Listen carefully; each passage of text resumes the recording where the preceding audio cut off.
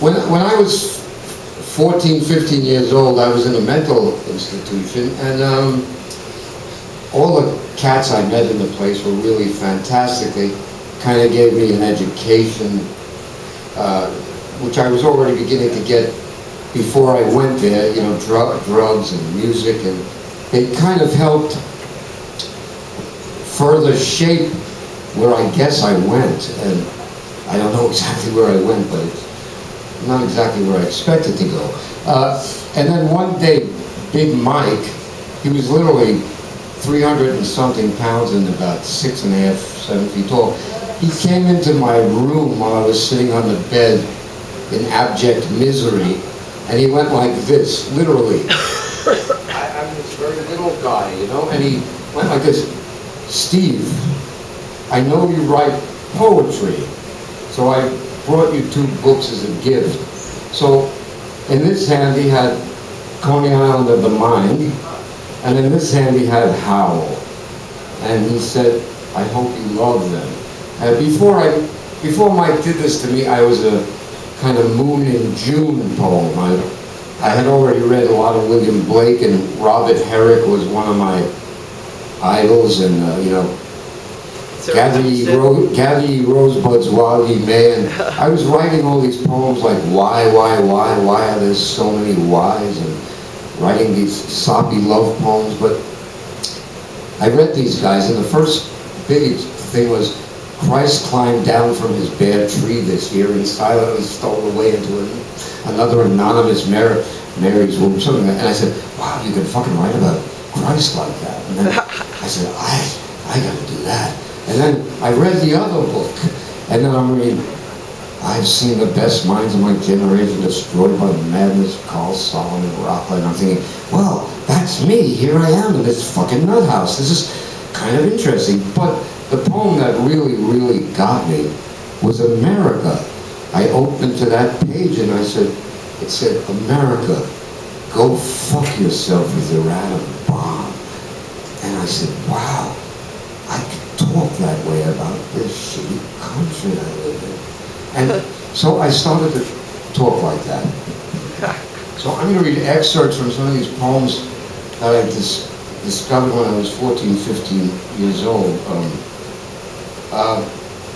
Like they had terms in the hospital like OT meant occupational therapy and stuff like that. I turned that into over there. CT I turned into cock teaser. I never used words like that in poems. You know, overproductive dick was for OPD. And then I all of a sudden wrote this piece about Cape Canaveral and how Cape Canaveral was partially the reason why our country was being completely destroyed at the time. And I have this little, like, hammer and sickle here, and over here a little swastika. And what I wrote at that point was, hey, we used to call them the Reds. I don't know if any of you are old enough to remember. Like, you remember that, Hal? Oh, did you say Hal, or did the guy back here? Oh, that guy, yeah, he's older than you. Right. Thanks. Sorry.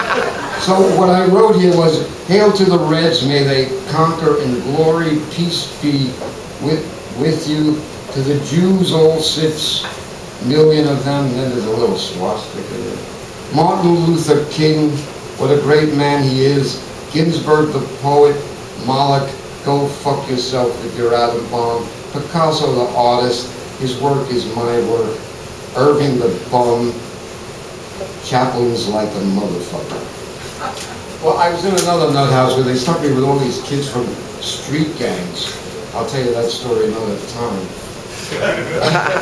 So the guy who took care of me until I ate his food was Fats. He was the warlord of the chaplains.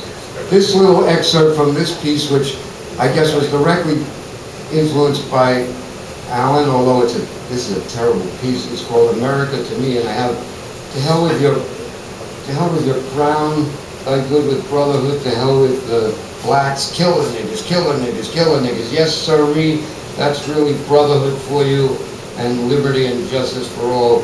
Hang the bastard, give him the chair. No, let him live and enjoy rotting away in his little 2x2 cell.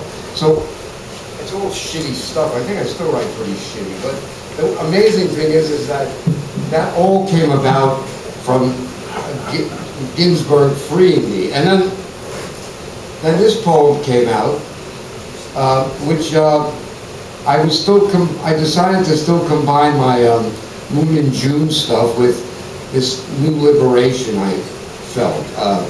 Oh, and Burroughs, he liberated me a lot. I think I read Naked Lunch and then I read Junkie, and all I wanted to do was shoot dope. So that was like, for me, a very crowning, defining moment as well. But that came a couple of years later. But this piece is called Celebration. So this was written around this same time, 1962-ish, and I was experimenting with both ends of that writing spectrum. Now you got to remember, now I won't tell you all that stuff either. So anyway, this is called Celebration. Sunday evening entrails, Monday morning's filthy plates, sewer mud and owl's cream, 100% Colombian coffee, my cup runneth over, celebration. Okay, forgive me, I was, 14 and a half years old. I'm still 14 and a half years old. Brooklyn Bridge is falling down, Empire State crumbles to the ground, celebration. Quiet hysteria in the street, New York's last huge hunk of stale concrete has fallen on my head and woken me up, celebration. To piss in my empty cup and drink my fill, only to piss it out again in an hour or so, my cup overflows with celebration. Must eat quickly before sun peeks through crack in wall and offers to join me. I cannot share, I will not share, but when I do, celebration. I will smoke my last cigarette and try to forget the cold concrete masses that surround me, to forget corruption and perversion, poverty and sickness and filthy rich slobs, prejudice and hate and the mad dog mobs that tear you to shreds in an instant. To forget lust, I will sit and dig the stillness and forget all madness but my own. I will have a celebration. Manhattan Bridge is falling down, UN crumbles to the ground, the Lady of Liberty's torch burns out, peasants in the street begin to shout, celebration. Sudden tranquility fills the air, only the sound of an old man strumming and singing his hymnal blues, soulful, mournful, soft among this rubble. We must repent before no more time is left. We must repent and then celebration. And then, yes, and then, and only then, I can eat my entrails and drink my piss in peace, smoke my last cigarette and hope for the din to cease. And then, and then, and then I'll have a celebration.